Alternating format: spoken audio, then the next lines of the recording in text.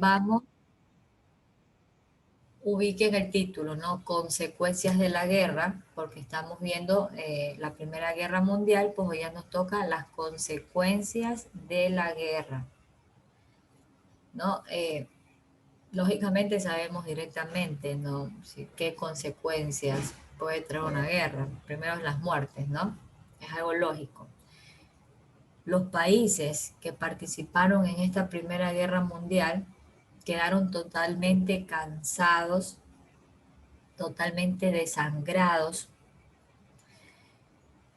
Se calcula más o menos que murieron por causa de la guerra 9 millones de habitantes.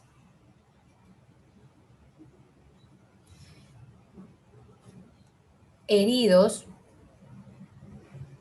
más o menos unos 22 millones.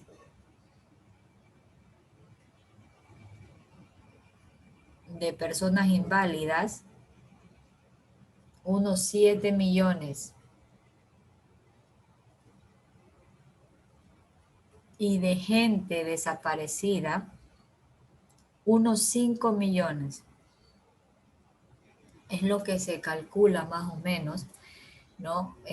Que hay diferentes situaciones, como usted observa, los que mueren, los que quedan heridos, los que quedan inválidos, los que quedan totalmente desaparecidos y nunca más se sabe nada de ellos, ¿no?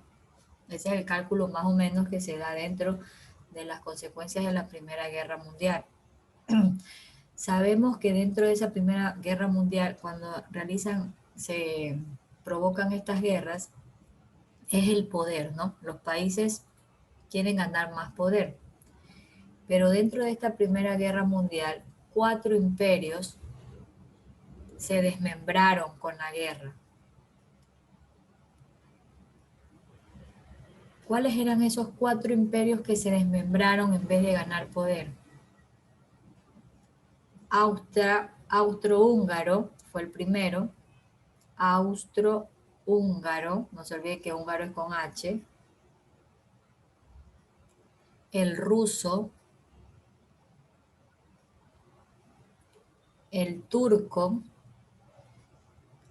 y el alemán. Esos cuatro, esos 4 imperios se desmembraron totalmente.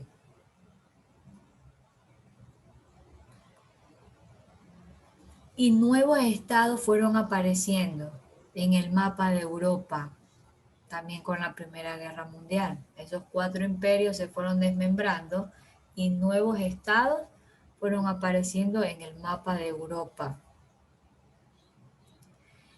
También aparecen 2 personalidades que las toman pues como gran importancia dentro de las consecuencias de la guerra, como fue el presidente de Estados Unidos, Wilson. Esa es una de las grandes personalidades que surgieron durante ese tiempo, el presidente de Estados Unidos, Wilson. ¿Por qué lo nombran a este personaje como una de las grandes personalidades, a Wilson, presidente de Estados Unidos?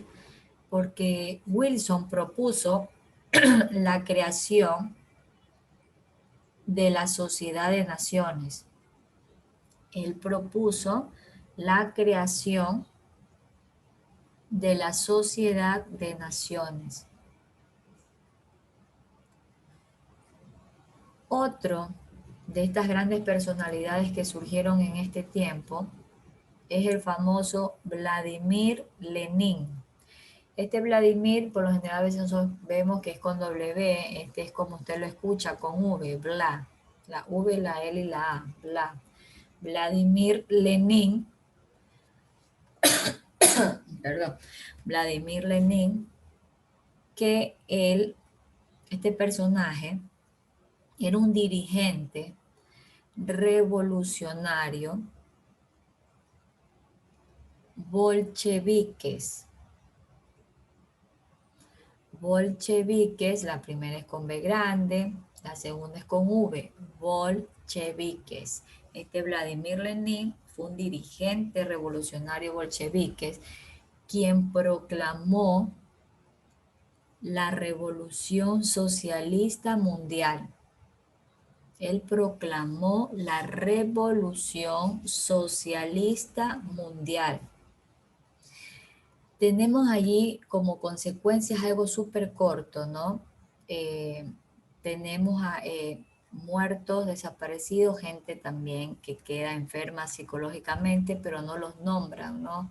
Como consecuencias, porque no solamente es algo físico lo que se daña dentro de una guerra, sino también la parte emocional.